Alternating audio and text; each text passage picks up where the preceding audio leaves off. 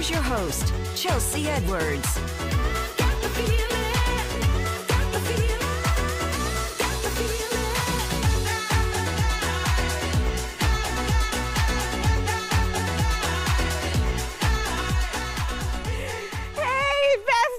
Welcome to another episode of Chattin with Chelsea. I'm your daytime bestie, Chelsea Edwards. Today we are celebrating Hispanic Heritage Month in style and with a purpose. First up, we have a woman with a brand of handmade bags that are all about preserving culture through fashion. Look, these are so fashionable and beautiful. Cannot wait to get to those.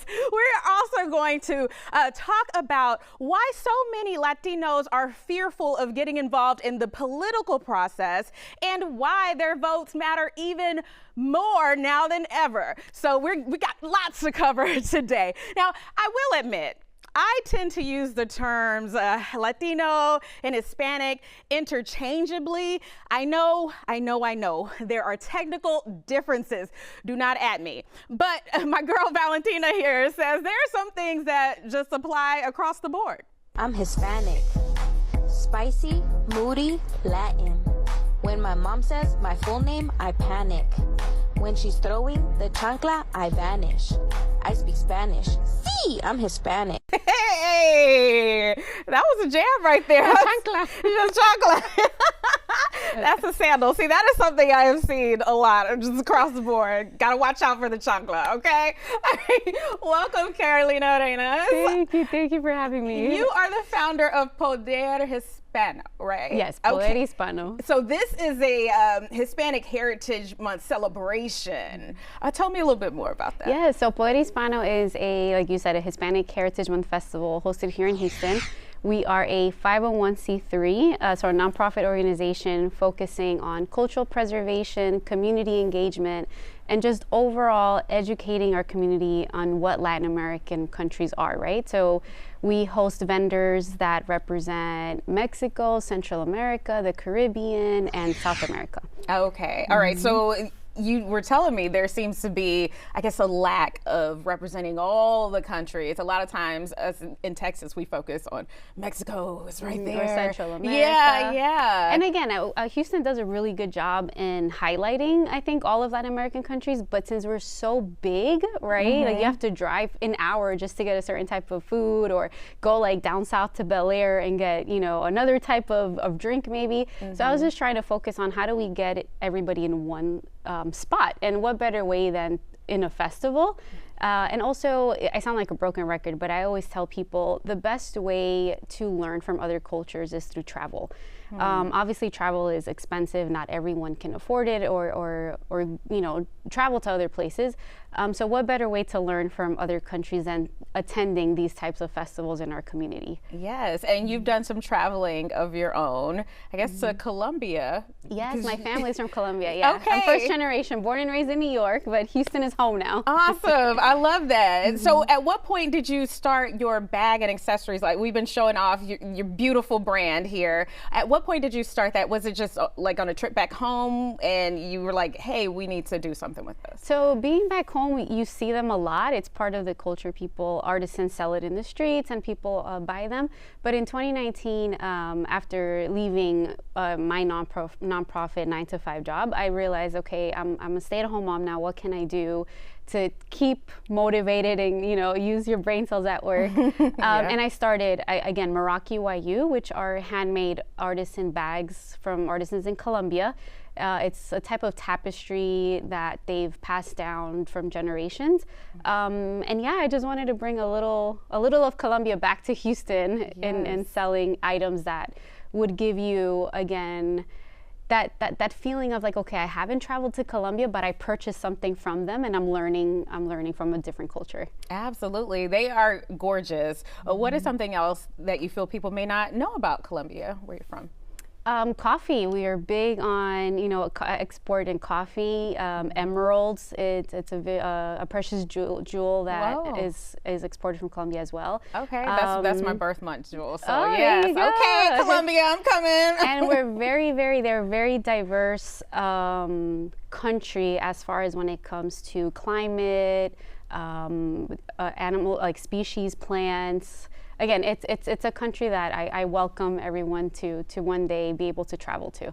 It's very beautiful. Okay, so you started the brand first and then expanded and started Into the this festival. Yeah, so what does it feel like having everyone? I mean, vendors, like how you started and food and all that from all over the place. What does that feel like for you? Honestly, it's a beautiful feeling. It's energy. It's, again, community. And that sense, again, of, okay, I haven't traveled to this country that I keep hearing about, but I was able to try a food item at the festival, or, oh, I heard this song that I've never heard of, and it's, I don't know, it comes from Cuba, or it's salsa, or it's just, again, the sense of community is what keeps me going, and that liveliness that we all share. Again, our Hispanic community, we have a lot of commonalities, but there's also things that we can differ from country to country when it comes to food or music.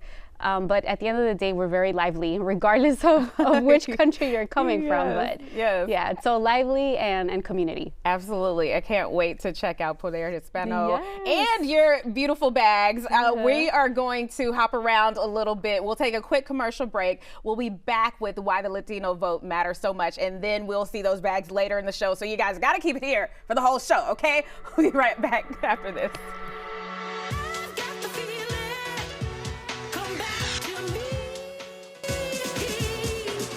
Latinos are having a bigger impact in this country, including in politics. So welcome, Sergio Lira. You are the president of the Greater Houston Council for Lulac. Yes, that's correct. Let's start with what Lulac does exactly. Yeah, no, it's the largest civil rights Latino advocacy group, 96 years in existence. I would compare it to the equivalent of the NAACP, but for Latinos, just fighting for justice, economic opportunity, and educational opportunity also. But we're a strong advocacy group for civil rights. I love it. All right, so there's been a lot going on in this country. We have seen more Latinos coming out to vote, even, changing where they vote. What is the climate like right now? A good question. You're right. Latinos are voting. Their numbers have been increasing steadily with the last presidential election. However, they don't all vote in the same party. There is a split. It's not monolithic, but they're coming out to vote, and it's really important now more than ever. And in the upcoming elections in November, the district and the several one at-large seat in Houston, and several other school board elections that are happening. I'm sensing that there's a reluctancy to come out and vote because of the climate. It's just a different feeling this year that I'm experiencing. In terms of voting, I think a lot of Latinos are not happy with the political culture, the culture of fear, intimidation. And to be honest, the ICE raids that are hitting the media on a daily basis, the recent shootings that are happening in churches, it really has increased the concern of coming out. So, I'm afraid to say that perhaps the voter turnout for this November 5th election would not be as great as it has been in the past. Right. So how do you try to combat that fear? Is there a way? The only way to combat fear is to have a tremendous faith in what you're doing, and to always remain hopeful. That in dark times or difficult times, we must remain hopeful, and we have to send that message that regardless of what's happening on the outside, we need to go out and vote and support each other at the local level, because our government is really local. We don't know, we can't do very much in Washington, but we definitely can go out and vote for the school board member who's going to impact the policies that affect us at home in our school and our environment.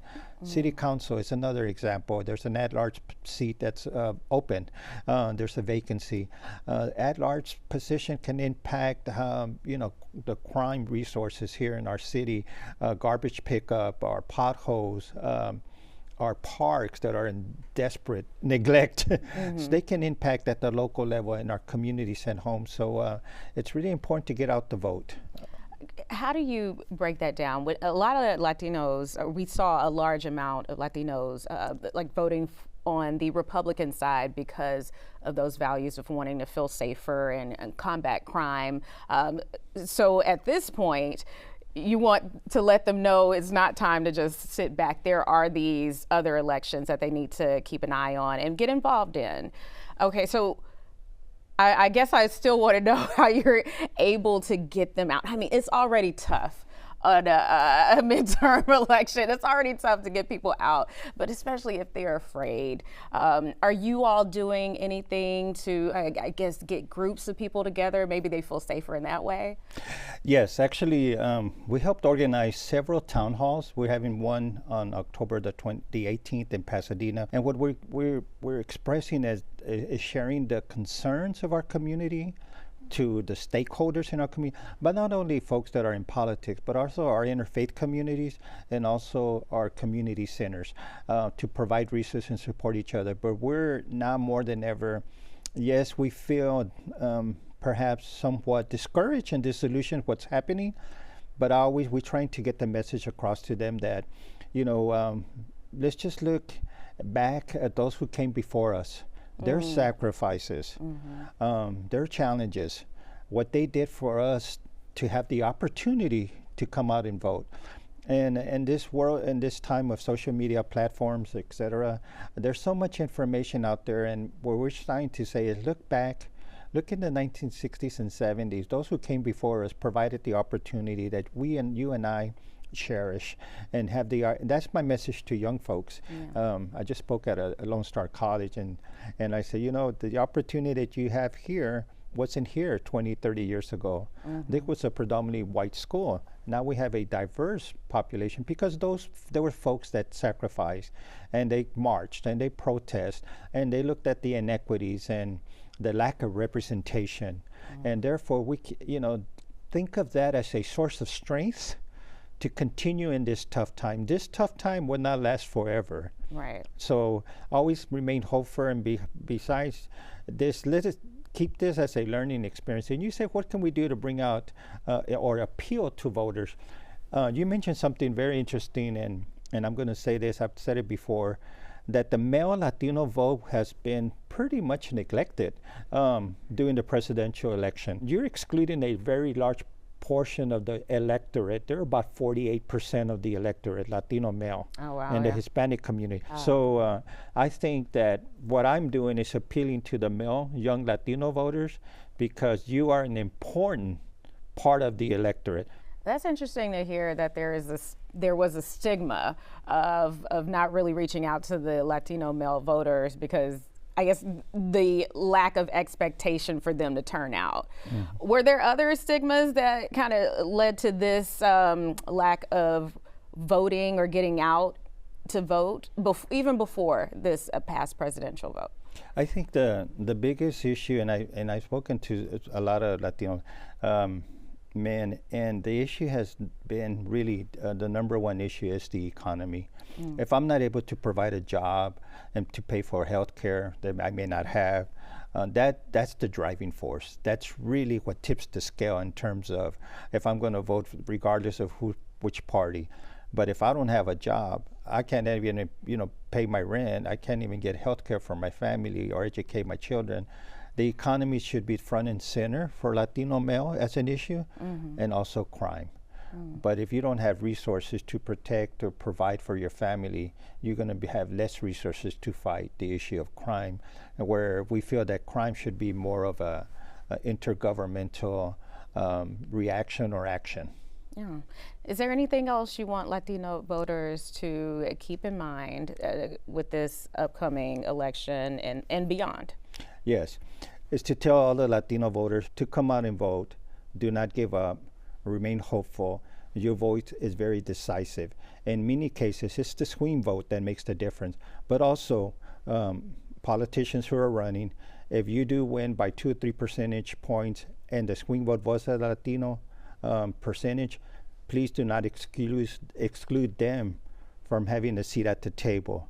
You must present the Latino at the center of the table, part of the conversation, and therefore they're representative of helping you win. Although they may not be the larger group, but it could have been that swing vote, 1 or 2 percentage point, and you won because of that 1 or 2 percentage point. Yes. And don't take it for granted. Bring them to the table, promote them, encourage them, and let them represent their community. Absolutely. There is power in that ballot, all right? You guys are going to take a quick break, and then we'll be back with more Carolina and some bags, all right? Keep it here.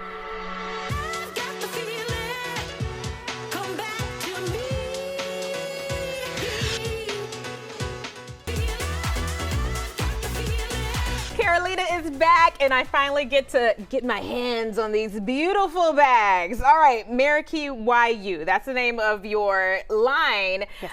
And that comes from a tribe in Colombia. Yes, so all of these are handmade by artisans from the YU tribe that's located in La Guajira, Rio Hacha in Colombia, South America. Beautiful. So how do you work with the tribe to get these bags? So we have a vendor that lives and works directly with the artisans there. The great thing about purchasing items from them is that tourism is not as high in that area. So we purchase these items directly from the vendors, and it's products that they already have. So it helps them sell products and move it quicker. Yeah, they get income and we get beautiful bags. How else does this help preserve their culture through fashion? Again, so this is part of, like you said, their culture. Items are hand woven or tapestry made, and it's sort of like a storytelling of their customs, their vibrant colors, and it's also sharing their story with the purchase of an item for us. So if you haven't been to Colombia, it's telling you, hey, we're here, learn about us, and yeah, I think that's the best way that they showcase what they do in their tribe. Yes, absolutely gorgeous. I got to point out, like you do have a little custom made one here. Yes, we did. Was that on request? Yes, that was definitely requested. Like I said, it's needle point, so it's a technique that they do, and they were able to place a logo on it. But other than that, everything is based on their own designs. Nice. How did you already know about this tribe growing up in Colombia? Honestly, not a lot. I feel that going back home, I would see, like, this is one that is typical for tourists that they sell, in the streets of Colombia. So gorgeous. So always seeing this, I always question, like, oh, I wonder, who makes that or where it comes from. So with time, I ended up learning that, yeah, it's directly from them. Ah, okay. I want to say this is Yeah, my try it favorite out. so far. So There you go. I love both of them, but I just want this one. What we've done lately too is that we've incorporated the weaving that they do in bags into a little like cover up or bathing suit cover up. Beautiful. Yeah, so yes.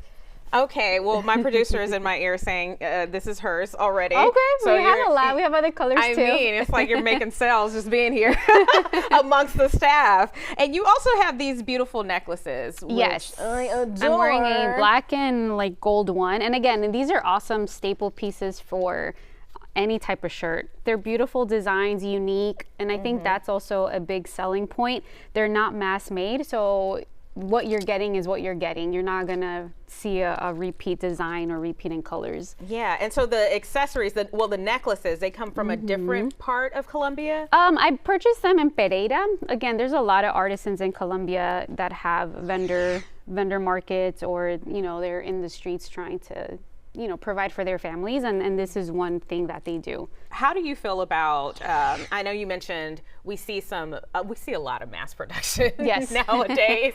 How do you explain to people the importance of maybe spending a little more to have something like handmade like this? Again, I feel that just people in general love something that can tell a story. And I think wearing one of these items, I don't know, to your PTO meeting or to your lunch or brunch with friends, it's going to spark interest, So I just think what better way to support and also feel good about your purchase than by buying something that is not mass made and you feel good about buying something like this. And sometimes it doesn't even break the bank. It's a good investment. Okay, all right. What's the range? I'll say range. I would say 35 to 180. Okay, all right. Just make sure people get their wallets ready out there. All right. What's been your favorite part of building this brand? Because you've had it for a while now. Since 2019. Again, it goes back to the fact that just by purchasing a bag, you are being educated or it's creating an awareness of a tribe or a women-led tribe that you probably had never heard of before. And then having a unique piece. I think that's the best part, as if you're a fashionista, right? Yes, I think it's an awesome thing to have. So those are, that's the top for me. Yeah, and I think a lot of people may be unaware of tribes that exist in South America and beyond. A lot of times we may visit Mexico, and so on some tours we may be able to get a glimpse of tribes there, but as far as other parts, like you want to encourage people to explore further. Yeah, I mean, the community should go out and explore. Beautiful. All right. Anything else you want people to remember this Hispanic Heritage Month? The best way to learn from other countries is to participate in the community events, try a new restaurant if you like. And then, check us out, right, at www.merakiyu.com for the purchases of our products, or poderhispano.org, which is our nonprofit, and we host an annual festival here in Houston, and we hope you could join us. All right, check them out. You guys, we're going to take a quick commercial break, and we'll be right back after this.